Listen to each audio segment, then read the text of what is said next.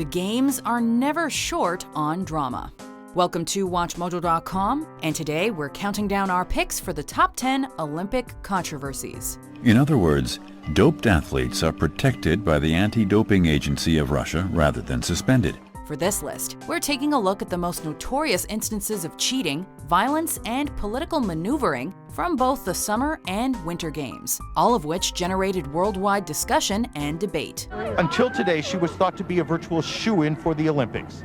This evening, the president of the U.S. Figure Skating Association said that Kerrigan must compete in tomorrow's initial program or she will not be allowed on the team. We're excluding tragedies like the Munich massacre of 1972 and Atlanta's bombing in 1996, as there is little dispute about the causes and results of those incidents. We know that a rock concert was taking place. We know that there has been talk about an explosion from a garbage can. There's been talk that there was evacuation in the moments before it. Number 10. Boris Onishchenko's magic epee. After the elimination of the Soviet team as a result of Onishchenko's disqualification, hopes begin to revive. As a distinguished, yet aging modern pentathlete and respected figure in the Soviet Union, 38-year-old Boris Onishchenko had a considerable reputation to uphold in his homeland. The pressure to perform, particularly in the Cold War era of sport, was too much to bear, however, and caused the former Army major to cheat, eventually leading to his downfall. Desperate to match his silver medal performance of 4 years prior, he altered his epee to register hits even when he wasn't making contact with his opponent. A touch is registered when the foil tip hits the opponent with a force of at least 500 grams. Just as quickly as this plot was discovered, Boris the Cheat was stripped of all his sporting honors and personally reprimanded by Soviet leader Leonid Brezhnev, therefore suffering the very fall from grace he was trying desperately to avoid. Number 9. Jim Thorpe's disqualification. Reportedly dubbed the greatest athlete in the world by the King of Sweden, this legendary all-rounder took gold in both the pentathlon and decathlon at the 1912 Summer Games, setting records that would endure well into the 20th century. There must be something in the Thorpe legend for people to still be talking about him 50 years after he's dead. The Native American and European's athletic career is defined by tales of his nonchalant excellence. His winning the high jump in mismatched shoes is one of many classic anecdotes. Yet his feats will always be tainted by the IOC's so-called elitist and potentially racist attempts to punish him for violating their Victorian rules on amateurism. Rules that white athletes apparently frequently abused without consequence. As far as I'm concerned, he's a Simon pure athlete. You mustn't take those medals away from him, gentlemen. You mustn't. Under serious pressure from Thorpe supporters, the IOC did eventually yield on the subject by returning Thorpe's medals in the early 1980s. They were presented to his 7 surviving children. Number 8. Displacement in Beijing. As far back as the year 2000, Chinese officials were implementing, quote, environmental improvement projects, a fancy phrase for the systematic demolition of Beijing's impoverished areas, resulting in the displacement of an estimated 1.5 million people for the 2008 Summer Games. These people have been forced out of their homes to make way for profitable real estate projects. Although the local government claimed that they moved only between 6,000 and 15,000 people, all with ample compensation, numerous reports emerged exposing the mistreatment of those unwilling to shift by heavy-handed police.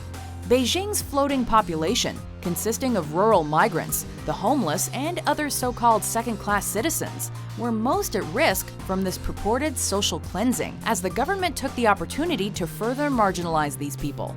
For now, many live in neighborhoods curtained off by grey concrete walls, built, authorities say, to make Beijing prettier. It was reported that $40 billion was spent on Olympic or corporate infrastructure, while human rights were allegedly blatantly ignored, adding to an already large list of controversies surrounding the Beijing Games. This area will be destroyed, that's certain. We just don't know when. I thought that would happen before the Games, but apparently it got delayed, so for now we've been left alone. Number 7. The blood in the water match. Just a few weeks before this water polo match, Soviet tanks had rumbled into Budapest to end a revolution that would claim the lives of about 3,000 Hungarians. I was considered to be from the foreign class background, and when the communist system came into power here, I had to find the opportunity to make my way in the world. With the hopes of restoring their country's pride, the Hungarian team devised a plan to rile the Russians up, get physical, and force them into rash decisions. A lot of people ask, why it is that way? And I think that water polo is simply in our blood. With Hungary leading 4-0 late in the game, the Russians decided to take matters into their own hands. Hungarian player Ervin Zador was viciously struck in the eye, sending the hundreds of Hungarians in the crowd into a frenzy that required police intervention to end. In a bittersweet finish to their games, the Hungarian team took home the gold. But they could never escape the match's political subtext, forcing many team members to find refuge in less oppressive lands. The Hungarians are declared 4-0 winners. The semi-final showdown instantly makes headlines across the globe. Number 6. The Russian doping scandal. It's almost spooky. The women's 800 meters, a favorite event of the Russians that is now under general suspicion. Details of state-sponsored systematic doping in Russia really came to light in 2014.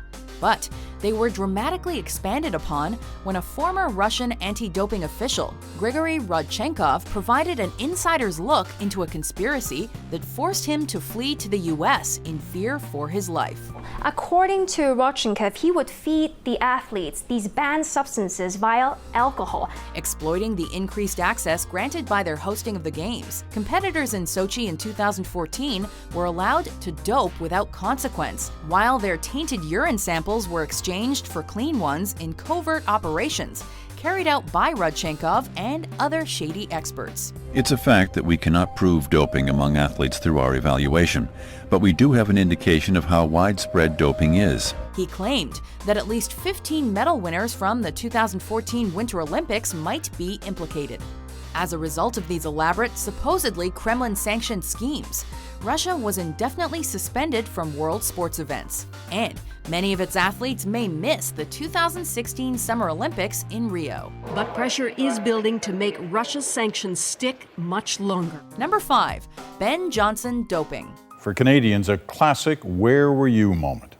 Then, the positive drug test. The men's 100 meters at the 1988 Summer Olympics in Seoul may have been labeled the dirtiest race in history, but it was also one of the most enthralling to watch. That year, it was all about Ben Johnson versus Carl Lewis. 6 members of that all-star lineup would end up implicated in other doping controversies later in their careers. But it was Johnson, the world record holder after his 9.79-second race, who will forever be defined by the steroid use he began in 1981. Johnson's got a great lead, he's going to win! Ben wins! Johnson! And the time is 9:79! The Canadian was open about his long-term cheating and was rightly stripped of his gold medal.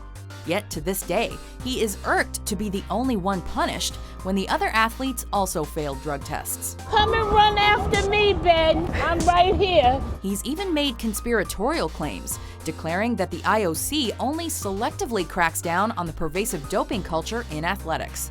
But even if Johnson's allegations are true, we may never fully know. Regardless, if you like, of what happened afterwards, the experience of that moment, the sort of the emotions that it evoked, are still there. Number 4. Tonya Harding and Nancy Kerrigan. Many of you will be unable to forgive me for that. It will be difficult to forgive myself. It's no surprise that a feature-length film about this sensational incident is in the works. Containing jealousy, a hitman, and an unrelenting desire for sporting success, the tale is ready for a big-screen adaptation. Large man, 6'2", 200 pounds, came running out, just kind of crouched when he got to her, hit her a couple times with some type of weapon. After practice for a national championship that was crucial to determine the U.S. Olympic figure skating team, a thug hired by Tonya Harding's ex-husband and bodyguard struck Nancy Kerrigan in the leg. Since she was essentially the poster girl of the sport at the time, the attack was orchestrated to intentionally put her out of the '94 Games. Branded as the hard-working, do-anything-for-gold skater, Harding's alleged knowledge of the attack was soon exposed by the media. However, she was still allowed to perform at the Olympics. Fortunately, Kerrigan recovered from the botched attack and landed the silver at the Lillehammer Games, while Harding placed 8th, was fined, received 3 years of probation, and never skated competitively again. But if she were here today, what would you want to say to her about all of this? Well, if she'd let me, I'd love to give her a hug. Number 3. The U.S. boycotts the Moscow Olympics. The United States Olympic Committee voted to boycott the Summer Olympic Games in Moscow. In response to the Soviet invasion of Afghanistan beginning in 1979, U.S. President Jimmy Carter led an international boycott that doomed his period in office and triggered the Soviet Union's own Olympic boycott of the LA Games 4 years later. We did our best to preserve the Games in Moscow in 1980, and we have to do the same to preserve the Games in 1984 in Los Angeles. While the reasons behind this action were righteous and well supported, the U.S. enlisted the help of Muhammad Ali, and ultimately 65 nations joined up. The boycott did threaten the Olympic movement by embroiling the Games in the political maneuvering of 2 world powers. Well, I'm very disappointed, but I feel that it's probably the only thing that our country can do as a unit. 25 angry U.S. athletes even sued the government for denying them a dream they worked so hard towards. And yet, Carter stuck to his morals, strengthening a stance that would later be described by the Soviet Union as, quote, anti-Soviet hysteria. You can look anywhere around the globe and you'll find a problem where help is needed, where we could jump on a bandwagon, if you like. And I think it's just a little unfortunate that we've chosen now the Olympic Games to have a go at. Number 2, the Olympics Black Power Salute. My head bowed, my fist went up in the air. It's one of the most powerful images of the 20th century, and a demonstration that has transcended many sporting events and achievements. In the medal ceremony for the 200-meter race at the 1968 Summer Olympics, Americans Tommie Smith and John Carlos, who were shoeless and had their heads bowed, each thrust one gloved hand in the air. Tommie Smith and John Carlos's controversial demonstration stunned the world. Smith said that the salute was meant to symbolize human rights for all, though it was taken differently by others, who believed it was actually in support of Black Power. Both athletes were expelled from the Games and greeted with hostility when they returned to the States. We always had the happy face and the USA all across our chest to give indication that everything is smooth in America.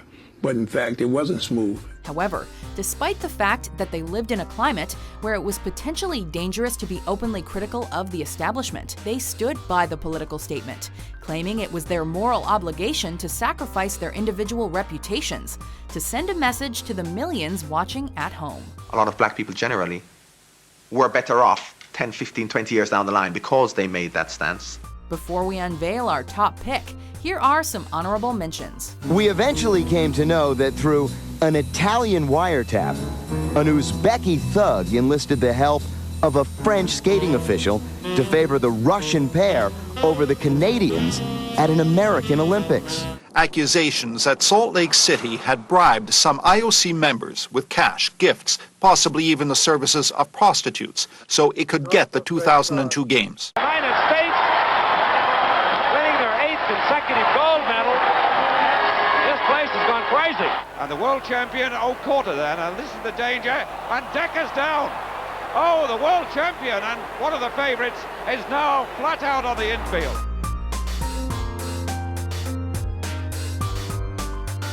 Number 1, the Nazi Olympics. On virtually every other banner we saw, there was a swastika. For 2 weeks in 1936 Berlin, the world was blinded by Nazi prosperity and hospitality, while Germany's precisely directed propaganda campaign obscured the country's anti-Semitic, racist, homophobic, and expansionist policies from view. How can a Jew be good enough to win the Olympics?